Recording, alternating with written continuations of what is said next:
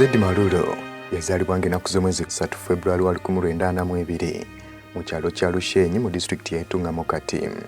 Tekikwewuunyisa kubeera ng'ono yayingira amagye kuba Malulu we baamuzaalira Ssematalo owookubiri yali atandika. Era nga mukadde kano baawandiisanga abavubuka abato okubeera nga bayingira mu ggye lya Britain's King's African Rifles. Abaawandiikanga abavubuka bano okuyingira amagye olwatuuka abatuuze okwetooloola ekyalo lw'Ensinga Kayonza mu disitulikiti y'Entungamo nga bakuba enduulu okutegeeza abavubuka abato okujja okwewandiisa. Kino kye kyaviirako abafumbo Zabbuloni Lukoma ne Zulayina Lukoma okutuuma omwana waabwe Malulu ekitegeeza enduulu mu Lunyankole. Zeddi Malulu ye yali mutabani waabwe asooka mu baana 7 bwe baazaala, ng'ebyembi Malulu we yafiira baali basigaddewo 3 bokka. Zeddi Malulu emisomo gye yagitandikira ku Lwamanyonyi Boys we yava n'agenda ku Kitunga Primary nga tinga leero eyitibwa Muntunyera High School, we yava ne yeegatta ku Junior Secondary School nga kakati leero eyitibwa Mbalala High Tekakontale High School, weewaawo ng'emisomo gye egya O-level yagimalira ku Makobole High School eryali liyitibwa Kinyansano. Oluvannyuma lwa Senior 4 Malulu yagenda ku Royal College mu ggwanga erya Kenya mu kibuga Nairobi gye yasomera okumala emyaka 2, gye yasomera certificate eyenkanankana A-level. Mu kusoma kwe okubala ne physics byali bimutambulira bulungi nga mu kumaliriza A-level ye mu 1963 ono yagaana okugenda ku university ng'agamba ayagala kuyingira magye, ng'ebiseera ebyo Ssekabaka Muteesa owookubiri ye mukulembeze wa Uganda. Kigambibwa nti ono ekyamugaana okugenda ku university yayagala akomewo wano mu ggwanga erya Uganda ayambe kitaawe okufuna ssente zisomesa bato be. Empeereza ye mu magye yatandika mu 1964 bwe yeegatta ku Uganda Army. Weewaawo ng'ono yali aweereddwa amagezi okusooka okugenda ku university afune degree ayingire amagye butereevu. Ono yagaana ng'agamba ke kadde ayingire amagye afune ssente ziyamba bato be. Bwe yayingira amagye ye n'abalala nga 30 baasindikibwa ejjinja okufuna okutendekebwa okusookebwako okumala emyezi 3. Bwe baamaliriza ne basindikibwa e Czechoslovakia okutendekebwa okuvuga ennyonyi, ng'eno baamalayo emyaka 2 nga batendekebwa okuvuga ennyonyi ssaako n'okutendeka abavuzi. Nga bamaliriza, Malulu yakomawo mu Uganda mu 1967 n'akakasibwa ku ddaala ly'obwa second lieutenant. Baasindikibwa mu nkambi empya yali yakateekebwawo mu kitundu eky'eggulu, ng'ono yali ne banne okuli omugenzi Lieutenant Otunola Cole ssaako n'omugenzi Okero Jackson. Bano bwe baali eggulu baamaliriza okutendekebwa kwabwe ssaako n'okufunayo abavubuka abalala abato era be baatendeka okubeera nga bavuga ennyonyi. Era mu 1968 ono yalinnyisibwa eddaala n'ateekebwa ku lanka y'obwa first lieutenant. Amini bwe yatwala obuyinza mu 1971 Malulu ono ssaako n'abalwanyi abalala abavuzi b'ennyonyi baali mu kusoma ku Royal Air Force Academy mu Bracknell e Britain. Kyokka Amini bwe yakyala mu ttendekero lino yasisinkana Malulu era n'asanyuka nnyo kuba Malulu yali afuuse w'amaanyi nnyo mu nsonga y'okubonga ennyonyi. Era Amini bwe yakomawo n'amulinnyisa eddaala paka ku bwa captain yadde nga Malulu yali tannadda. Malulu bwe yadda wano mu ggwanga baamwongera eddaala n'afuuka Major era ne bamulonda ku bwa Quartermasters General mu ggye ly'omu bbanga. Olwo mu 1973 ng'ono ali ku lanka y'obwa Major, Malulu yasaba okubeera ng'awerekera President Idi Amin ku lugendo lwe yaliko mu ggwanga erya Iraq. Era oluvannyuma lw'olugendo luno Malulu baamulinnyisa eddaala n'afuuka Lieutenant Colonel era n'afuuka Quartermaster General mu ggye ly'omu bbanga, ng'ono yaba avunaanyizibwa ku bikozesebwa mu units zonna. Mu 1974 Amini bwe yafuna obutakkaanya ne yali aduumira eggye ly'omu bbanga Simotus guweddeko, Malulu ono ye yamuddira mbigere n'afuuka omuduumizi wa Air Force. Wabula mu December 1975 Malulu ono naye baamuggyako emirimu gye ng'egy'obuduumizi bwa Air Force oluvannyuma lw'okufuna obutakkaanya ne mukama we Idi Amin. Olwo mu 1977 oluvannyuma lw'okuttibwa kwa Archbishop Janani Luwomo, Malulu yadduka mu ggwanga n'agenda mbuwaŋŋanguse mu ggwanga erya Kenya mu kibuga Nairobi. Ng'eno gye yava n'ayolekera Dar es Salaam mu ggwanga erya Tanzania gye yeegattira ku baali balwanyisa gavumenti ya Amin. Ng'eno Malulu gye yeegattira ku Save Uganda Movement. Olwo olutalo lw'eggwanga erya Uganda ne Tanzania bwe lwabalukawo mu 1979 Malulu ono y'omu ku baateekateeka eggye lya bannayuganda abaali mu buwaŋŋanguse okwegatta ku ggye ly'e Tanzania.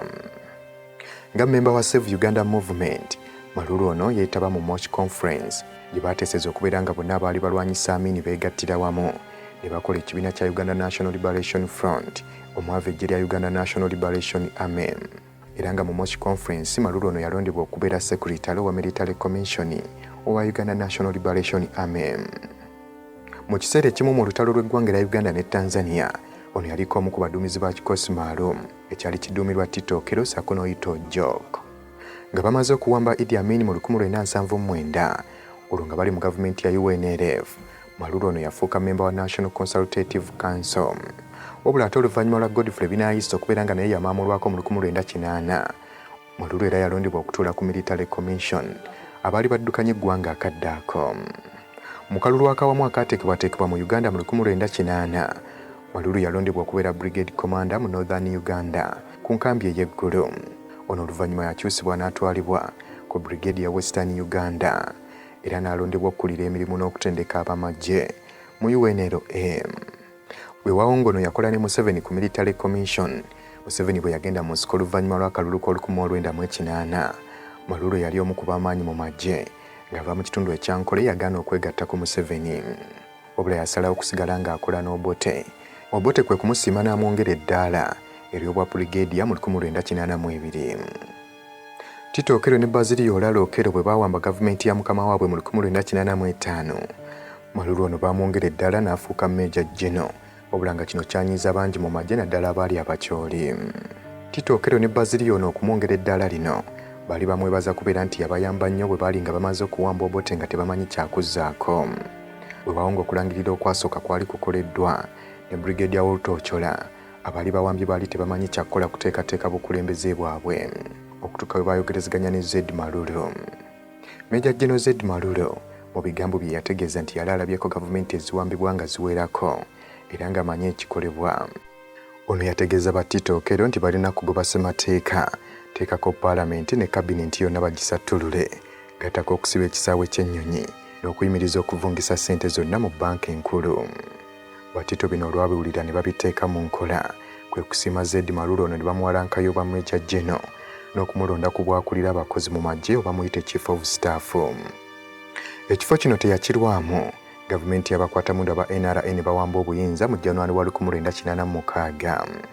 Malulu y'omu ku basirikale abaali ku rank ez'owaggulu abeewaayo eri abakwatamundu. Era nga Malulu mu buntu yasisinkana Yoweri Museveni ku Republic House mu Kampala n'amutegeeza nga bw'atalina buzibu kumutwala nga musibe w'olutalo oba okumuleka ali butaala. Malulu mu bigambo bye yagamba nti omukulu Museveni yamuddamu ng'amugamba lwaki tayagala kukola naye ng'ate akoze mu gavumenti zonna. Era Malulu yeewuunya nnyo okubeera ng'omukulu Museveni yamusaba okumuwa omulimu mu gavumenti ye empya. Malulu teyagaana, bw'atyo yakkiriza okuweereza mu gavumenti empya. Weewaawo nga wayita akaseera akawerako ng'ono taweebwa mulimu gwa nkalakkalira, Malulu mu 1990 yaweebwa omulimu gw'obwa General Manager owa Uganda Air Cargo. Mu January wa 2014 lwali lunaku lwa mukaaga ennaku z'omwezi zaali 7, Z Malulu n'assa omukago ogw'enkomerero mu ddwaliro ekkulu e Mulago ng'atemera ku myaka egy'obukulu 71. Ono yafa bulwadde bwa pressure. Z Malulu enfa ye yali nzikakkamu okusinziira ku b'eŋŋanda, era nga mukyala we yategeeza yali ku mabbali bbaawe we yassiza omukago ogw'enkomerero, kyokka nga teyafuna mukisa kuwuliriza kigambo kisembayo kuva eri bbaawe. Mukyala we yategeeza nti baali baakoma okwogera ku lunaku lwali lwakutaano ekiro nga bamaze okulya ekyeggulo, ne bagenda okwebaka wabula ng'omukulu yamutegeeza nga bw'awuliramu ekiyongobero. Balowooza nti bwali bukoowu, n'amira empekeze za pressure n'agenda ne yeebaka. Mu kusooka ono yeebaka bulungi nnyo, kyokka ssaawa zaagenda okuwera 11:30 ez'okumakya ono n'atandika okussa obubi. Omukyala yagezaako okumuzuukusa wabula nga tadda ngulu. Wano kwe kukubira muto we Hamutu Muhairwe eyafuna ambyulensi ne bamutwala e Mulago. Wabula okusinziira ku muto we agamba nti Malulu embeera gye yalimu teyali nnungi, nga yali yeeraliikiriza era ng'eno y'embeera gye yabeeramu paka mu ssaawa nga 6 ez'emisana bwe yava mu ddwaliro okugenda mu famasi ewandegeya okubeera ng'amugulira eddagala. Kyokka ono aba yakamala okuva ku famasi, mutabani w'omugenzi n'amukubira essimu n'amutegeeza nti eddagala alireke kuba omuzeeyi yassizza ogw'enkomerero. Abamu ku bamujjukira kwe kuli Yona Kanyomozi yali omubaka wa Paalamenti wa East Africa eyategeeza nti Malulu yali amumanyi okuviira ddala mu buto era nga yali w'amatanta mangi, era nti ekyokuba nti Malulu yalwa nnyo ku lanka ey'obwa Kano, ono ne bwe baamwongera amadaala okutuuka ku Major General, abamu ku banne baasigala bakyamuyita Kano, era bwe yafuna ekitiibwa ky'obwa Major General abamu ku banne bamuyitanga Meja General Kano Malulu, lanka etaliiyo mu magye. Kyokka okusinziira ku muto we Hamutu Muhairwe, yategeeza nti Malulu yali tajjumbira nnyo ddiini era nga n'ebyokugenda mu ccaaki ye yabyeviirako, era nga buli kadde bwe bamujjukiza okugenda okusabako nga bategeeza nti ajja genda ku Krismansi. Tumuhairwe era yategeeza nti lwali lutalo lwennyini okutegeeza mukulu we okulekeraawo okunywa omwenge ssaako ne sekireeti, era ku mulundi gumu yali alimutegeeza nti okunywa kubi, kyokka Malulu n'amutegeeza nti yasoma amateeka 10 aga Katonda, temwalimu tteeka na limu lyali ligamba nti okunywa kubi. Malulu yaziikibwa Lwakusatu January 2014 mu disitulikiti ey'Entungamo.